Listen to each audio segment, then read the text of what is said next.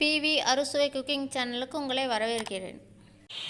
Hi friends, இன்னைக்கு கேழ்வரகு பக்கோடா செய்யலாம். அது எப்படி செய்யறதுன்னு பார்க்கலாம் வாங்க.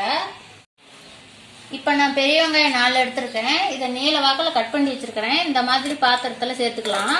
பெரிய வெங்காயத்தை இந்த மாதிரி சேர்த்துக்கிட்டு நல்லா வெங்காயத்தை இப்படி பிரித்து விட்டுக்காங்க.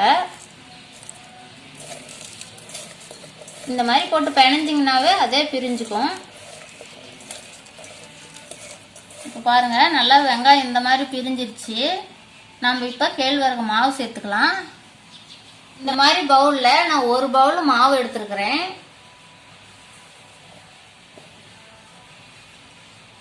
இப்போ நல்லா இதை பிணைஞ்சி விட்டுக்கலாம் வெங்காயத்தோடு சேர்த்து. இப்போ நல்லா இதை பிணைஞ்சிக்கிட்டோம். இந்த பவுலில் நான் கடலை மாவு அரை பவுல் எடுத்து வச்சுருக்கிறேன். இதையும் சேர்த்துக்கலாம். இந்த பவுலில் அரிசி மாவு அரை பவுல் சேர்த்துருக்கேன்.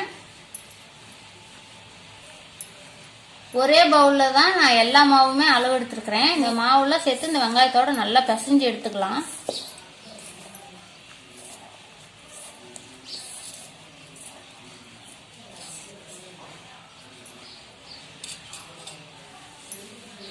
இப்போ நம்ம பச்சை மிளகா 3 மிளகாய் சேர்த்துருக்குறோம்.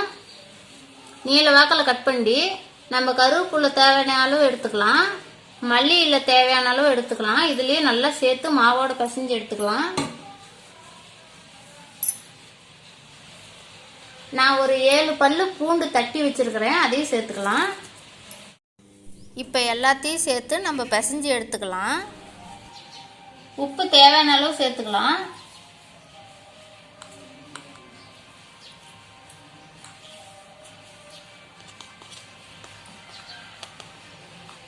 மிளகாய் தூள் அரை ஸ்பூன் சேர்த்துக்கலாம்.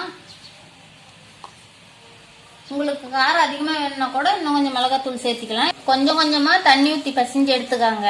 அதிகமாக தண்ணி ஊற்றிடாதீங்க.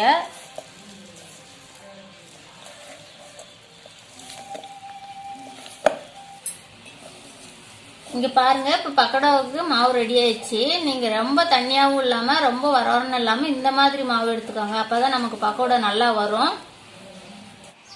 இப்போ பக்கோடாவை பொரிச்சு எடுக்கலாம். அடுப்பு ஆன் பண்ணி இது மாதிரி கடாய் வச்சுக்கலாம். கடாய் நல்லா காயட்டும். இப்போ நல்லா கடாய் காய்ஞ்சி போச்சு. நம்ம தேவையான அளவு எண்ணெய் சேர்த்துக்கலாம். இப்போ நல்லா எண்ணெய் காய்ஞ்சிச்சு. நம்ம பக்கோடா போட்டுக்கலாம்.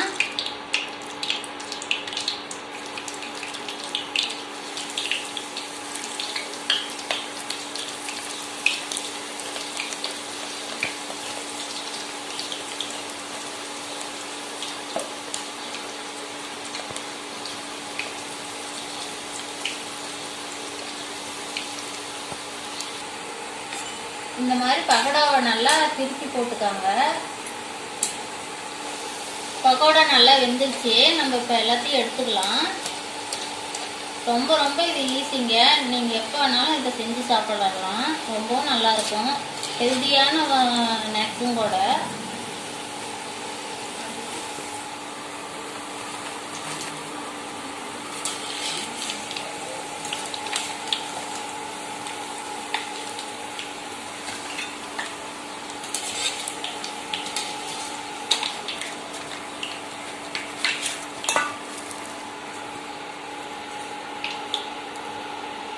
இதே மாதிரியே எல்லா மாவையும் பக்கோடா போட்டு எடுத்துக்கலாம். இப்போ பக்கோடா ரெடி ஆயிடுச்சு. நீங்களும் இந்த மாதிரி செஞ்சு சாப்பிட்டு பாருங்க. ரொம்ப நல்லா இருக்கும். இந்த வீடியோ பிடிச்சிருந்தா லைக் பண்ணுங்க, கமெண்ட் பண்ணுங்க, ஷேர் பண்ணுங்க. மறக்காம எங்க சேனலுக்கு சப்ஸ்கிரைப் பண்ணுங்க.